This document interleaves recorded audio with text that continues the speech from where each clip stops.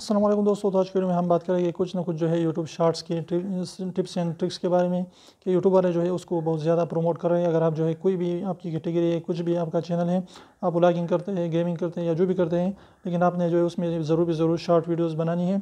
Short videos आप कैसे बना सकते हैं कि उसको जो है आपने वर्टिकल इस तरीके के मोबाइल को वर्टिकल जो है उसको जो है आपने शॉर्ट करनी है और वो 15 सेकंड से लेकर जो है आपकी जो है 1 मिनट तक होनी चाहिए। अगर आपका मोबाइल में फिर ऐसे शॉर्ट का ऑप्शन आया हुआ है यूट्यूब में तो फिर तो ठीक है, लेकिन अगर नहीं आए हैं तो फिर आपने वर्टिकल वीडियो शूट करनी है और वहाँ पर जो है आपने क्या करना है कि आपने टाइटल या डिस्क्रिप्शन में या दोनों में जो है आपने हैशटैग शॉर्ट्स लगाना है।